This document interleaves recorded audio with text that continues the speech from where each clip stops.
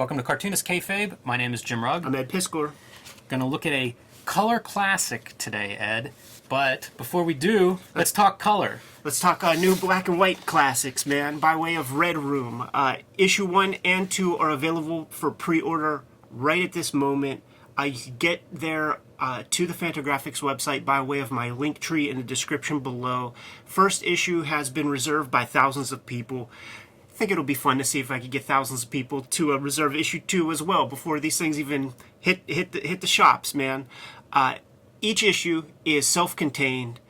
You see a cover you like, grab the comic, read the interiors. Issue 2 introduces the first big Poker Face story. There are people who have tattoos of Poker Face already, so I think that's going to be the Boba Fett of Red Room. Once again, every comic is self-contained, pulpy horror classic.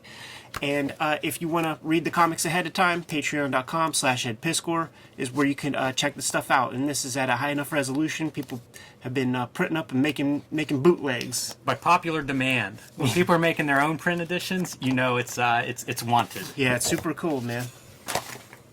You can join me on patreon.com/JimRugg.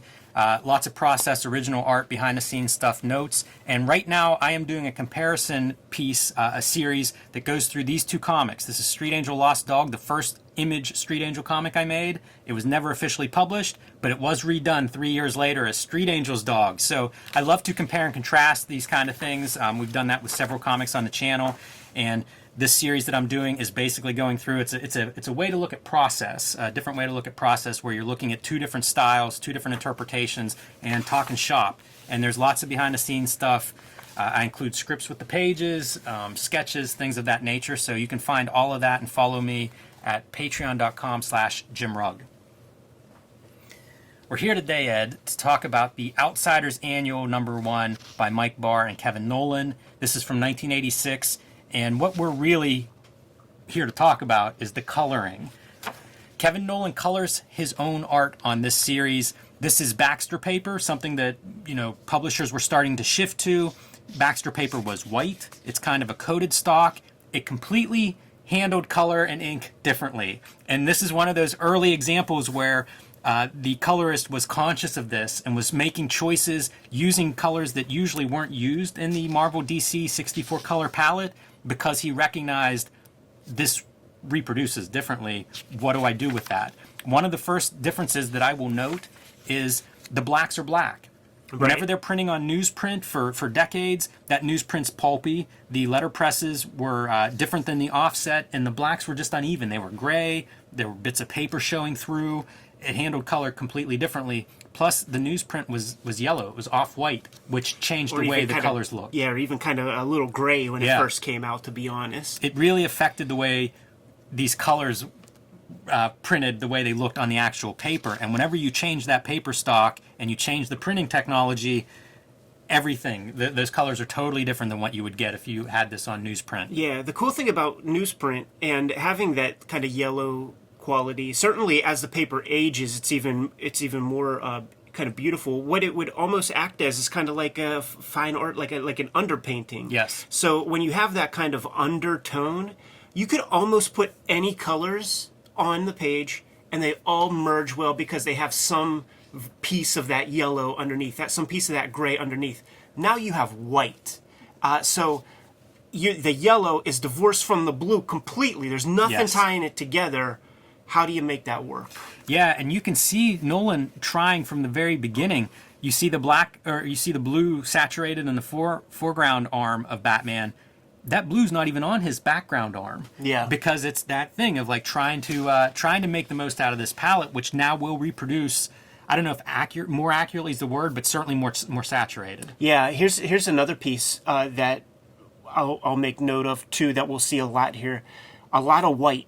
A lot of highlight on the figures. Now we know, Batman has the gray outfit, but he's opted to use these zipatones in the back, so he's not letting this gray value, which might be pretty close to these gray values, touch and marry. He'll let this one touch because he knows that this like 70% gray is not going to clash against, that 20-30% gray value. So he'll let this white highlight kind of separate the forms there. But you're going to see him use a lot of white throughout this whole book. Yeah, man, the screen tone on this spread is incredible. You know, he's doing these gradations in the background that are different than the gradations in these giant faces in the background. The production process of this part is incredible because Zipatone did not make 11 by 17 screens, so they definitely didn't make 22 by 17 inch Zipatone screens. So he has to make sure that when he's cutting them out, like that he's placing the same values like pretty close together. Like that's not. Last part of the creative team, because Nowlan is doing art and color, so it's a small team. Todd Klein on lettering. Yeah, beautiful lettering. Always happy to see him. Mike Barr. Just a quick note on that. That writer Mike Barr. Nobody talks about him anymore. But he's one of Brando. He could have been a contender. He worked with Nowlan here. Batman Year 2 with Todd McFarlane, Alfredo Alcala, Camelot 3000, Brian Bolland. Like he worked with heavy hitters, man, but his name doesn't come up in the conversation anymore. I'm glad you mentioned Camelot 3000. I almost pulled that. That was DC's first publication on Baxter paper. Mm-hmm.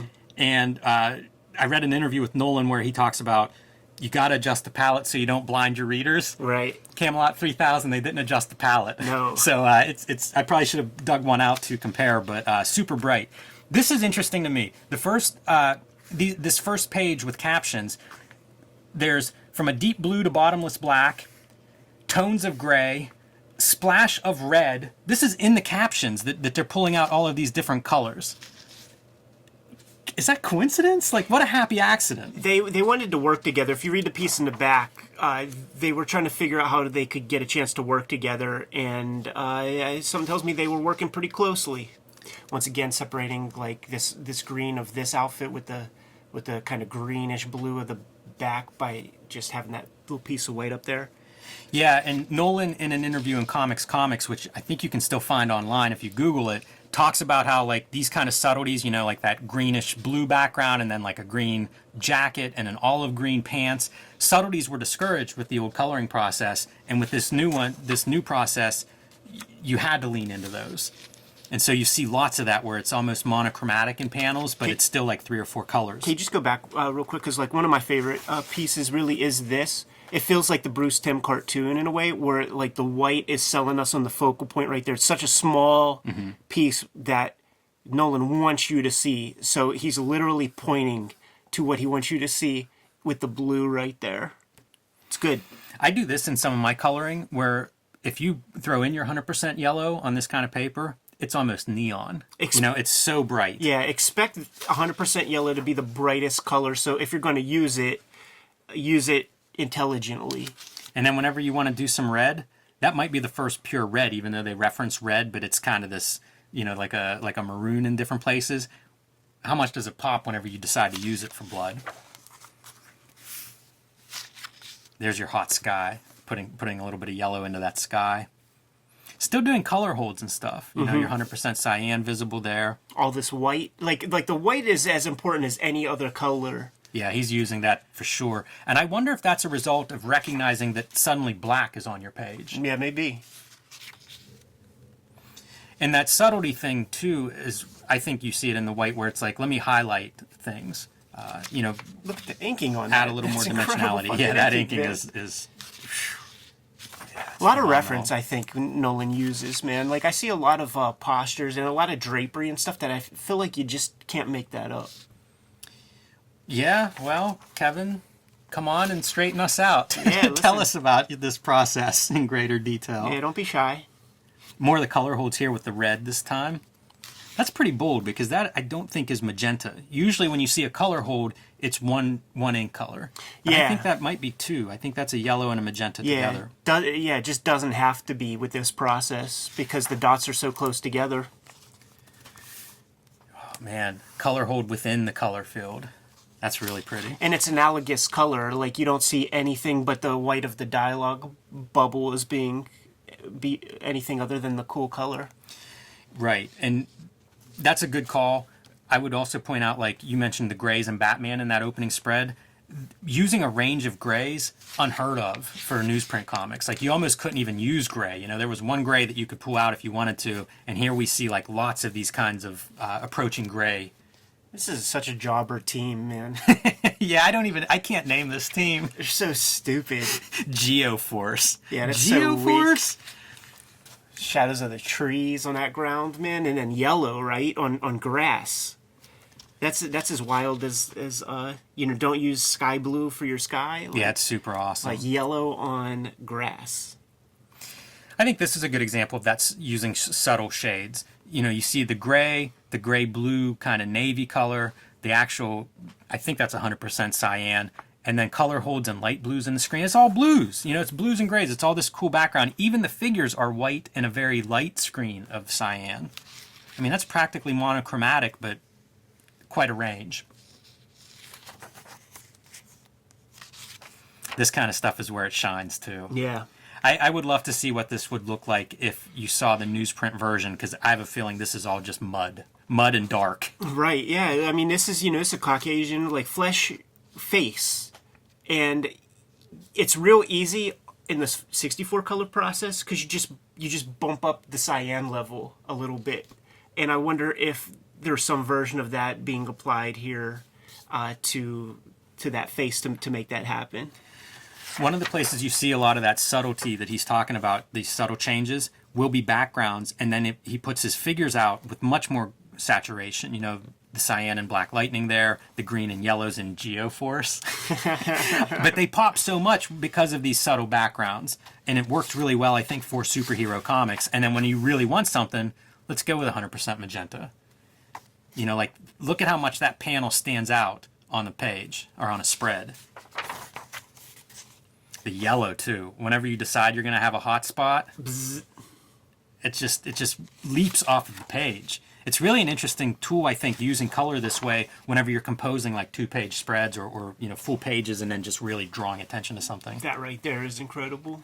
I wonder how much of this stuff he's like trying, because you know, these interviews that you read with these guys when they talk about craft, he talks about cutting hand separations for like the Fantagraphics work that he would do. So he knows this stuff.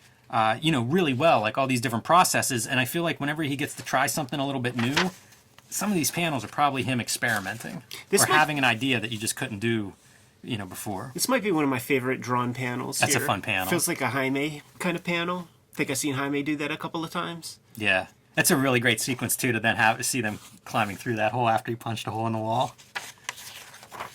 I had to make a note here because time for me to take a powder. Yeah. It's purely a wrestling phrase. That guy's ducking out. Yes, he is, man.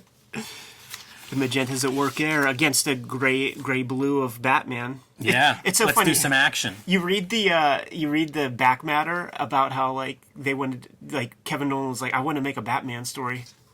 Poor Kevin, man. Like, doesn't get a lot. Yeah, has to work with these jobber characters. I love this color. This green that's coming out of the hallway and is like the accent color on this ochre. Man.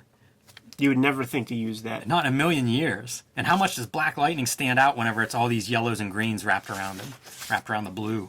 And then it's great whenever you see it as like, that's your page, that's your scene, you know? Right. And then moving on to the next space.